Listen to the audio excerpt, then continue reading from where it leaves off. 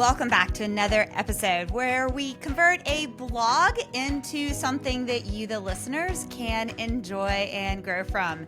If you want to check out more of these blogs, please visit our website at www.theagnGroup.com. Click that blog button and then select the category you're most interested in. I mean, leadership is one of my favorites, but enjoy what you're looking for. So today, let's talk about navigating change, a leader's 6 keys to steering through stormy seas. Leading a team through turbulent times is like being the captain of a ship navigating through uncharted waters. Heck, the water might even be charted, but now a storm is settling in and the waves and shipmates are beginning to churn. What do we do to navigate positive change? Okay, dig in. We are the ship's captain, and the waters and people are rolling. Ready, set, let's go. Key 1, it's a voyage, not a short tour. One of the first truths I've embraced as a leader is that change is a voyage, not a tour. AKA, there are no short roads to success. It's an involved process that takes time and can distract our week, month, quarter, or year. This is no quick stop boat tour. This is deep water. The planning beforehand will be emotionally taxing. Navigating those emotions and giving grace and space for team members to process and acclimate in their own time is critical. As leaders, we must balance how and when to move forward. Think of it as setting the right speed to keep the ship on track without overwhelming our crew. We must get on the other side of this change, but if we go too fast or slow, the risk of peril could, let's just say will, greatly increase. Okay, quick fixes might seem appealing. They always seem appealing. But trust me, lasting success comes from sustained efforts and gradual adjustments. The hard part is we must set a manageable pace and listen to our team as we embark. And throughout, remember, this is a voyage, our voyage. It's going to take time for the waves to settle. We cannot get impatient. Are you ready? Get set, let's launch. Okay, key 2, the anchor of routine, muscle memory. Time for vulnerability. If I were on the deck of a ship when a storm hit, I would be terrified. That is a fact. And it's not hard to imagine why. I have yet to have tangible experience navigating a tempest on board a boat, regardless of the size of the storm or ship. On land, sure. On sea, not so much. For me, this wind, rain, and chaos are unfamiliar. They're intimidating, overwhelming, and full of uncertainty. Let's extend the metaphor and say I'm part of your crew. What would I need in this scenario? What would help me process and get through this uncertainty? 2 things stand out: routine, muscle memory, so I know what to do, and a leader who can communicate the new plan. As a sailor, I'd be drilled and well-versed in my specific role, how to tie knots, and the ship's layout. I would be familiar with the routine of who I am within my crew, what I do on the ship, and where I'm at on deck. Although challenged by the downpour and uproar, this routine muscle memory would help me stay on course throughout the storm. However, I would need one more concept outside of who I am, what I do, and where I am on deck. When navigating a tempest, I must know whom I can trust on my vessel. My captain, that is you, is determined to overcome this challenge and understands that the best way to do it is through consistent, clear, and intentional communication. They should also know that RBF will not help when interacting with the crew, and we should be mindful of wearing a calm, confident face. You know the one. Now, zoom out briefly, back to real life. Our organization just had to lay off 15% of our workforce. Our C-suite execs are rejecting the culture change initiatives we've designed for our team. Our top 2 managers departed within a week of each other. Yes, all based on experience. What does your crew need? How will we help our organization?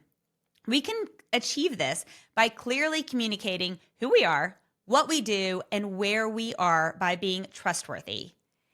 Chaos can quickly take over. I've seen it happen. We've seen it happen. Everyone's seen it happen. By establishing clear, consistent routines and lines of communication, we will create the anchor the team needs. Whether it's regular check-ins, team meetings, intentional messaging, or open door policies that are really open door, a predictable structure will provide stability when everything else is in flux. Amy Koo wrote this fantastic article on the power of routine just right before the pandemic. Check out the blog on my website for the link. Also, check out the show notes. Our job is to put on our warrior faces and communicate objectives clearly. Remember what being in a storm with little direction and uncertainty is like. Okay, key 3, empathy, the compass of leadership. The ability to empathize with our team is like a compass guiding us through a storm. Sadly, this is missed more often than any other step. Even when we can't see where our team is headed, empathy is a constant that can be relied on for true navigation. Each member of our team will experience and react to change differently. We must take the time to listen to and validate their feelings and concerns. Shut off the part of our brains that wants to move on and pause to hear when our crew is saying, truly pause to hear what our crew is saying. Okay, we cannot fake this. Just like navigating with a compass, we must know how to empathize. Faking it with a compass won't get us anywhere, and faking it with empathy might make things worse. Good luck navigating anything without empathy. Friendships, marriage, parenthood, and the workplace. We all get the point. People know when someone is empathetic, sympathetic, or just pathetic, needy, and greedy. So, how can we use empathy to help? Is it that big of a deal, or is it just a modern push for a fad that will fade? Statistics from EY.com showed the power of empathy in the workplace that can easily be applied to challenging times. 88% of employees believe that mutual empathy between company leaders and employees leads to increased efficiency. 79% of U.S. workers believe that empathetic leadership decreases employee turnover. And a recent analysis of 6,731 leaders from 38 countries found that enhanced empathy was linked to superior performance. Next, we must listen to our team. Listen to our team. Yes, I said that twice on purpose. I need the reminder. Let's imagine their situation. Have they ever experienced this type of change before? Do we know if they have prior experience? Have we asked? Practice empathy on a personal level and in team setting. How does that team like to communicate? How do they like to deal with conflict? Okay, if you want to learn more about conflict, check out my episodes of taking conflict to cohesion. Okay, back to it. Are they in a healthy space at the start of this change? What about in the middle of the change? Have we asked? Okay, listen to our team. Practice empathy with our crew and navigate the storms together. Are you ready for the 4th key? Key 4. Use your energy wisely. Do not fight the current.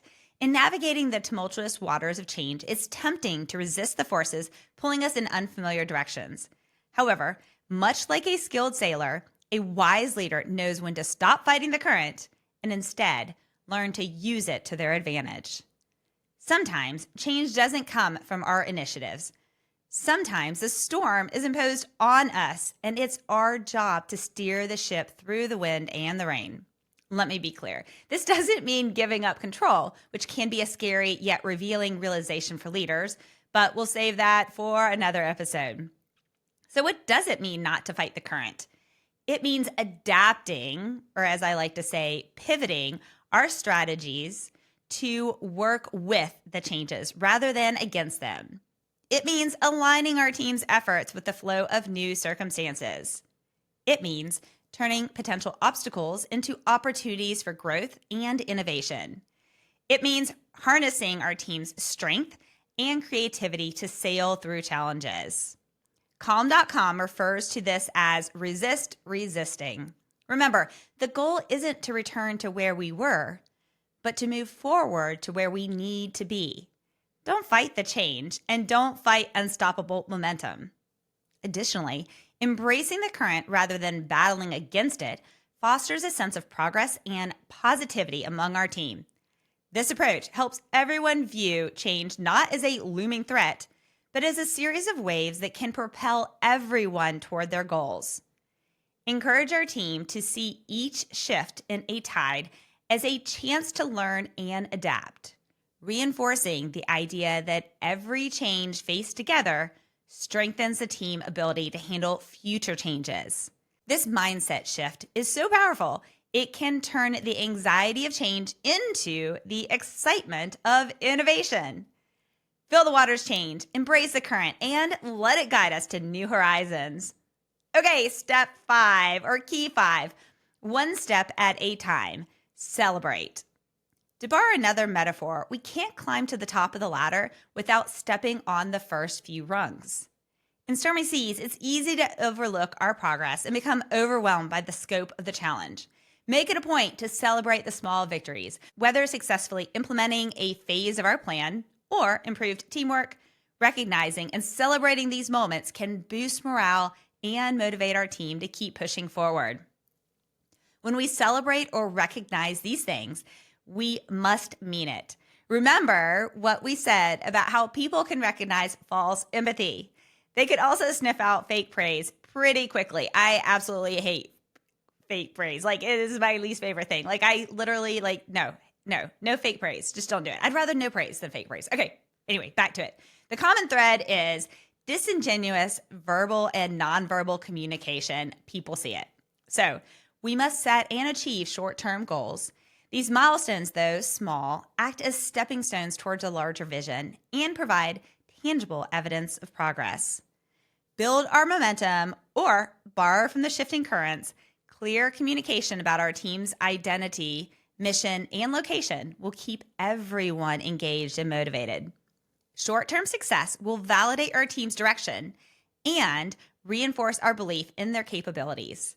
When the waves are rocky and our crew ties a good knot, we must give them a quick shout out and send them to the next piece of rigging. By consistently achieving and acknowledging these smaller victories, we cultivate a culture of achievement that propels our team towards sustained success, making the long journey of change more manageable and rewarding. And guess what?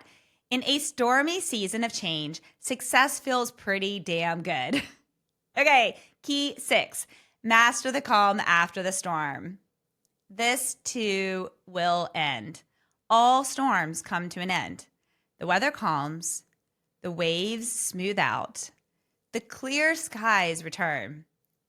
Leading through change is challenging, but also incredibly rewarding. We can guide our ship through the roughest waters by setting a sustainable pace, maintaining routines, practicing empathy, embracing the current, and celebrating success. A good captain is intentional about having a ship full of individuals who know who they are, what they do, where they are, and who they can trust. A good leader does the same confidently, empowering their team in their purpose, abilities, and surroundings. And to have a prepared crew because this calm season will also end. How are we establishing clear lines of communication for the next storm? How are we connecting with our team as a trusted voice? Navigating tomorrow's storms starts with preparing our crew today.